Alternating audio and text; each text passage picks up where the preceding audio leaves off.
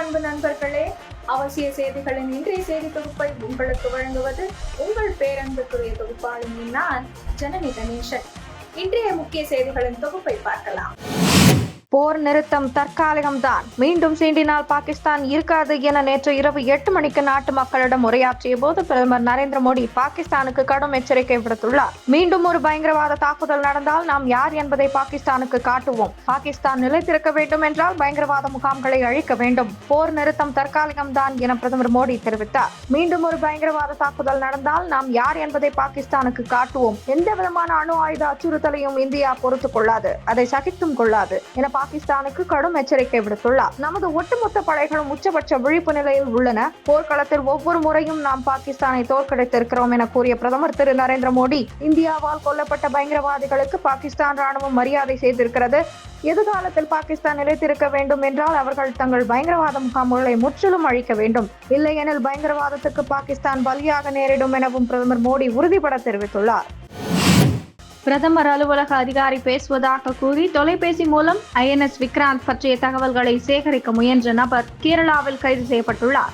கொச்சியில் உள்ள கடற்படை தளத்தின் தொலைபேசிக்கு ஒருவர் பேசியுள்ளார். தம்மை ராகவன் என்றும் பிரதமர் அலுவலக அதிகாரி என்றும் கூறி இருக்கிறார். பின்னர் விமானம் தாங்கி போர் கப்பல் INS விக்ராந்த் இருப்பிடம் எங்கே உள்ளது என்பன பற்றிய விவரங்களை தருமாறு கேட்டுள்ளார். அவரது திடீர் பேச்சின் மீது சந்தேகம் கொண்ட கடற்படை தள அதிகாரிகள் உடனடியாக காவல்துறை உதவியை நாடினர். இதையடுத்து விசாரணை நடத்திய அதிகாரிகள் ராகவன் என்ற பெயரில் பேசிய நபரை கைது செய்தனர். இவர் கோழிக்கோடு அருகே உள்ள நடக்காய் என்ற பகுதியை சேர்ந்தவர். கைது செய்யப்பட்ட அவர் கொச்சிக்கு அழைத்து செல்லப்பட்டார். அவரின் பெயர் முஜிப் ரஹ்மான் என்பது தெரியவர தொடர்ந்து கடற்படை மற்றும் புலனாய்வு பிரிவு அதிகாரிகள் விசாரணை நடத்தி வருகின்றனர். இதுகுறித்து கொச்சி போலீஸ் SP விமலாதித்யா கூறுகையில், பிடிபட்ட நபர் யாருக்காக இந்த தகவல்களை விசாரித்தார், வெளிநாட்டு உளவு அமைப்புடன் அவருக்கு நேரடி தொடர்பு உள்ளதா என்பது பற்றி விரிவான விசாரணை நடைபெற்று வருகிறது என்றார்.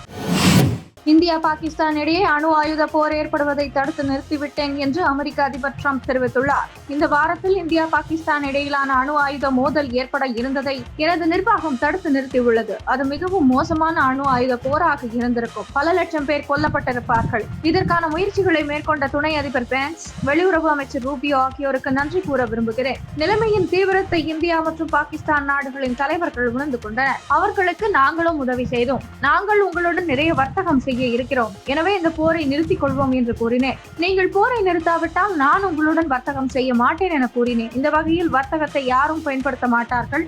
அப்படி கூறிய உடனே அவர்கள் போர் நிறுத்தம் செய்ய ஒப்புக்கொண்டார்கள். அது நிரந்தரமாக இருக்கும் என்று நம்புகிறேன் என்று ட்ரம்ப் கூறியுள்ளார். இந்தியா சர்வதேச எல்லையை கடந்து தங்களின் எல்லைக்குள் 100 கிலோமீட்டர் வரை வந்து தாக்குதல் நடத்தும் என்று பாகிஸ்தான் கனவில் கூட நினைத்து பார்த்திருக்காது என்று பாஜக MP சம்பித் பாத்ரா தெரிவித்துள்ளார். பாகிஸ்தானுக்குள் நுழைந்து பயங்கரவாத முகாம்களை தாக்கி அடித்தது மிக சிறந்த சாதனையாகும். இதுதான் புதிய இந்தியா. அணு ஆயுதம் வைத்துள்ள ஒரு நாட்டை அதன் சொந்த மண்ணுக்குள் புகுந்து தாக்குதல் நடத்துவது இதுவே முதல் முறையாகும். இருதரப்புகளிடையே போர் நிறுத்தத்திற்கு எந்த ஒப்பந்தமும் போடவில்லை. மாறாக பேச்சுவார்த்தையின் பேரிலேயே தாக்குதல் நிறுத்தி வைக்கப்பட்டுள்ளது. மீண்டும் ஒரு பயங்கரவாத தாக்குதல் முன்னெடுத்தால் நாங்கள் பதிலடி கொடுப்போம். பிரதமர் மோடி பாகிஸ்தானுக்கு பயத்தை மட்டும் கொடுக்கவில்லை, அந்நாட்டு பொருளாதாரத்தை நிலைகுலைய செய்துவிட்டார். சிந்து நதி நீர் ஒப்பந்தத்தை ரத்து செய்ததன் மூலம் பாகிஸ்தான் உள்நாட்டு உற்பத்தி பாதிக்கப்பட்டுள்ளது. கடந்த 50 ஆண்டுகளில் இதுவரையில் யாரும் சிந்து நதி நீர் ஒப்பந்தத்தை தொட்டு கூட பார்த்ததில்லை. பாகிஸ்தானின் ஒவ்வொரு அங்குலமும் இந்தியாவால் அடையக்கூடிய தூரத்தில் உள்ளது. எங்கள் இலக்குகள் துல்லியமாக இருந்தன. பயங்கரவாதிகள் இருந்த இடங்களை மட்டுமே தாக்கப்பட்டுள்ளது. இந்தியா சர்வதேச எல்லையை கடந்து தங்களின் எல்லைக்குள் 100 கிலோமீட்டர் வரை தாக்குதல் நடத்தும் என்று பாகிஸ்தான் கனவில் கூட நினைத்து பார்த்திருக்காது என்று அவர் கூறினார். ஆபரேஷன் சிந்தூர் நடவடிக்கையின் வெற்றியை முன்னிலைப்படுத்தும் வகையில் மே 13 முதல் மே 23 வரை தேசிய திரங்கா யாத்திரைக்கு பாஜக ஏற்பாடு செய்துள்ளது. ஆபரேஷன் சிந்தூர் வெற்றி தொடர்பாக இன்று டெல்லியில் பாஜக தேசிய தலைவர் JP நட்டா தலைமையில் கட்சியின் உயர்மட்ட கூட்டம் நடைபெற்றது. கட்சியின் மூத்த தலைவர்கள் மற்றும் அலுவலக பொறுப்பாளர்கள் கலந்து கொண்டனர். இந்த கூட்டத்தில் ஆபரேஷன் சிந்தூர் சாதனைகளை பொதுமக்களுக்கு தெரிவிப்பதற்கும் நாடு முழுவதும் பரப்பப்படும் தவறான தகவல்களை எதிர்ப்பதற்குமான உத்திகள் விவாதிக்கப்பட்டன.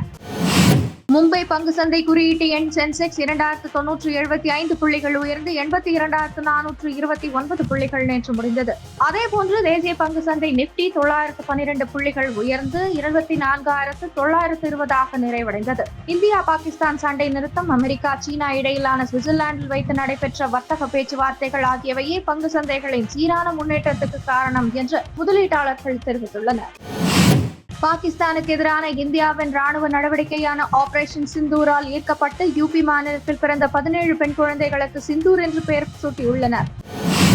வாட்ஸ்ஆப்பில் பாதுகாப்புத்துறை அதிகாரிகள் போல் நடித்து பாகிஸ்தான் உளவுத்துறையினர் தகவல்களை பெற முயற்சி செய்வதால் மக்கள் எச்சரிக்கையாக இருக்க வேண்டும் என மத்திய பாதுகாப்புத்துறை அமைச்சகம் எச்சரிக்கை விடுத்துள்ளது.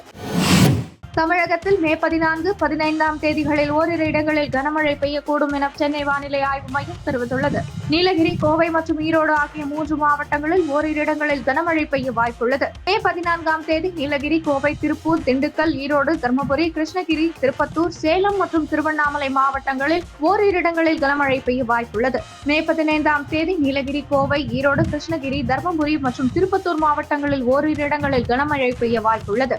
சென்னையில் அடுத்த 48 மணி நேரத்திற்கு வானம் ஓரளவு மேகமூட்டத்துடன் காணப்படும். அதிகபட்ச வெப்பநிலை 39 டிகிரி செல்சியஸை ஒட்டியும் குறைந்தபட்ச வெப்பநிலை 30 டிகிரி செல்சியஸையும் ஒட்டி இருக்கக்கூடும்.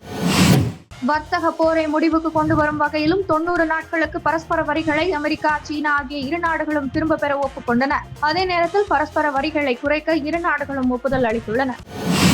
போர் நிறுத்தம் தொடர்பாக துருக்கியில் ரஷ்ய அதிபர் புட்டினை சந்தித்து நேரடி பேச்சுவார்த்தை நடத்த தயார் என உக்ரைன் அதிபர் ஜெலன்ஸ்கி தெரிவித்துள்ளார். முன்னதாக அமைதியை நோக்கி செல்வதற்கான தீவிர பேச்சுவார்த்தை நடத்த தயார். மே 15ஆம் தேதி பேச்சுவார்த்தை நடத்தலாம் என ரஷ்ய அதிபர் புட்டின் அறிவித்திருந்தது குறிப்பிடத்தக்கது. இத்துடன் இன்றைய முக்கிய செய்திகள் நிறைவடைந்தன. மீண்டும் நாளை காலை 8 மணிக்கு உங்களை சந்திக்கிறேன். மறக்காமல் சேனலை சப்ஸ்கிரைப் செய்வதுடன் அனைவருடனும் பகிருங்கள். நன்றி, வணக்கம், ஜெய் ஹிந்த்.